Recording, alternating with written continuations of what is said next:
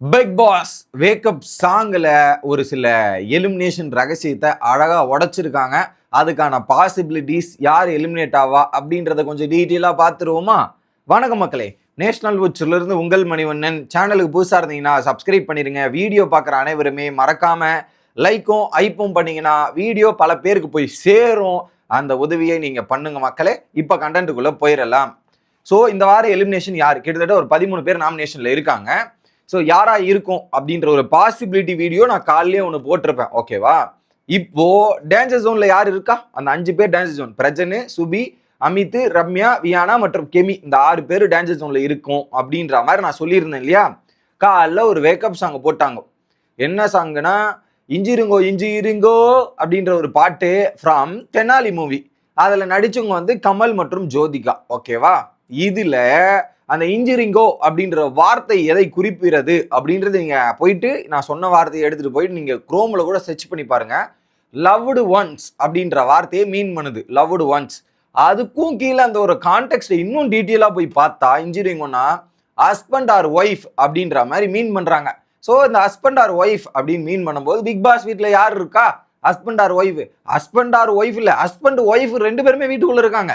அப்போ ஒன்னு சாண்ட்ராவா இருக்கணும், இல்ல பிரஜனா இருக்கணும். இந்த 2 பேர்ல யாராவது ஒருத்தர் தானே எலிமினேட் பண்ணணும். இது 2 பேர் தானே அந்த பாட்டு அடிப்படையில் இந்த 2 பேர்ல யாரோ ஒருத்தர். ஓகே, அப்போ யாருக்கான பாசிபிலிட்டிஸ்ன்ற 2வது வகையில போவோமே, அது ஒரு லேடி.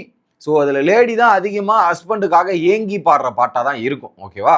அதை யோசிச்சு பார்க்கும்போது ஒரு லேடினா இங்க சாண்ட்ரா பிரஜனுக்காக பாடும் பாட்டா தான் இருக்கும். ஸோ இந்த பிரஜன் அப்படின்ற நபர் இந்த பாட்டின் அடிப்படையில், இந்த பாட்டின் போடும் குறியீடு வகையில் பிக் பாஸ் வீட்டை விட்டு வெளியேறதுக்கான வாய்ப்புகள் பிரகாசமாக தெரிகிறது. அதுதான் இந்த வேக்கப் சாகின் ரகசியமாக உடைக்கப்படுகிறது அப்படின்றது தான் நான் பார்க்குறேன். உங்களோட கருத்து என்ன அப்படின்றது கமெண்ட் பண்ணுங்க. அது ஏன் பிரஜன் அப்படின்றது பார்த்தீங்கன்னா, நேற்று நைட்டு சில பல விஷயங்கள் நடந்திருக்கும். நீங்களே வீடியோவை சேனல்ல பார்த்துருந்தீங்கன்னா ஒரு 2 வீடியோ வந்திருக்கும். அதில் பார்த்துருந்தீங்கன்னாவே உங்களுக்கு புரிஞ்சிருக்கும்.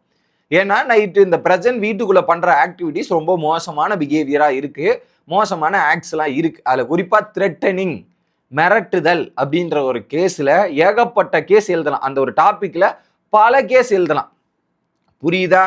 அந்த பல கேஸ்ல நேற்று நைட்டு ஒரு பெரிய பிரச்சனையே நடந்து வியானா போய் கேமரா முன்னாடி பதிவே பண்ணிட்டாங்க. இவர் த்ரெட்டன் பண்றாரு, வீட்டுக்குள்ள கண்டஸ்டன்ஸ் அனுப்பிச்சோன்னா, கோ கண்டஸ்டன்ஸ் அனுப்பிச்சோன்னா ரவுடிஸ் அனுப்பிச்சு வச்சிருக்கீங்க பிக் பாஸ்.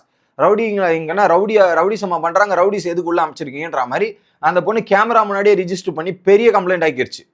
பெரிய கம்ப்ளைண்ட் ஆக்கிருச்சு. அந்த கேமரா முன்னாடி ரிஜிஸ்டர் ஆயிடுச்சு. இது கண்டிப்பா டாபிக் ஆஃப் டிஸ்கஷன்ல வரும். த்ரெட்டனிங் அப்படின்ற ஒரு டாபிக்கை வீக்கெண்ட்ல அட்ரஸ் பண்ணணும், வீக்கெண்ட்ல பேசணும்னு வந்துருச்சுன்னு வச்சுங்களேன். வீக்கெண்ட்ல எடுத்துன்னு வந்துட்டு இப்போ எப்படியா இருந்தாலும் ஃப்ரைடே நிகழ்வுகள் அந்த நிகழ்வுகள் வந்தே ஆகணும். அந்த ஒரு காஃபி பிரச்சனை, பால் பிரச்சனை அது வந்துச்சுன்னா பிரஜன் பேசினதும் வரணும். அதை கட் பண்ணி காப்பாற்ற ட்ரை பண்ணானா அது சேனல் காப்பாற்ற ட்ரை பண்றான்னு அர்த்தம்.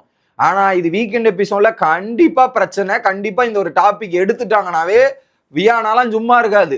எழுந்துமான பாயிண்டை ரிஜிஸ்டர் பண்ணிட்டு இவர் இப்படி பண்றாரு, எனக்கு வீட்டில் இருக்கிறதுக்கே பயம் இல்லை, சேஃப்டி இல்லை அப்படின்னு சொல்லிட்டாவே முடிஞ்சு போச்சு. டோட்டல் க்ளோஸ் அந்த இடத்துல. அதை கூட சேர்ந்து எல்லா ஹவுஸ்மேட்ஸும் ஆதரவும் தெரிவிச்சிட்டானுன்னு வச்சுங்க, அவர் தூக்கியே ஆகணுன்ற நிலைமை தான். சேனலுக்கு வேற ஆப்ஷனே கிடையாது.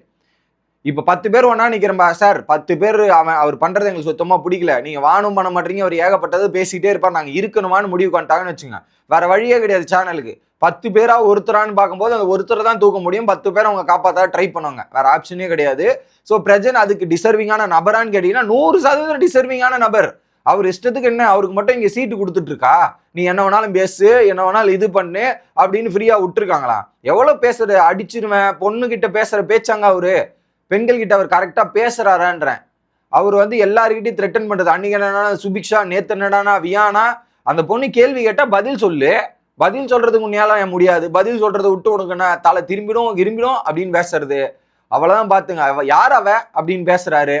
இந்த வீட்டுல ஒரு கண்டஸ்டன்ஸ் நீங்க எப்படியாப்பட்ட கண்டஸ்டன்ஸோ அதே மாதிரிதான் வீட்டுக்குள்ள மத்த எல்லாரும் கண்டஸ்டன்ஸ். இந்த மாதிரி பேசுறதெல்லாம் ரொம்ப தவறான செயல். அது கண்டிப்பா ஆக்ஷன்ஸ் எடுத்தே ஆகணும்.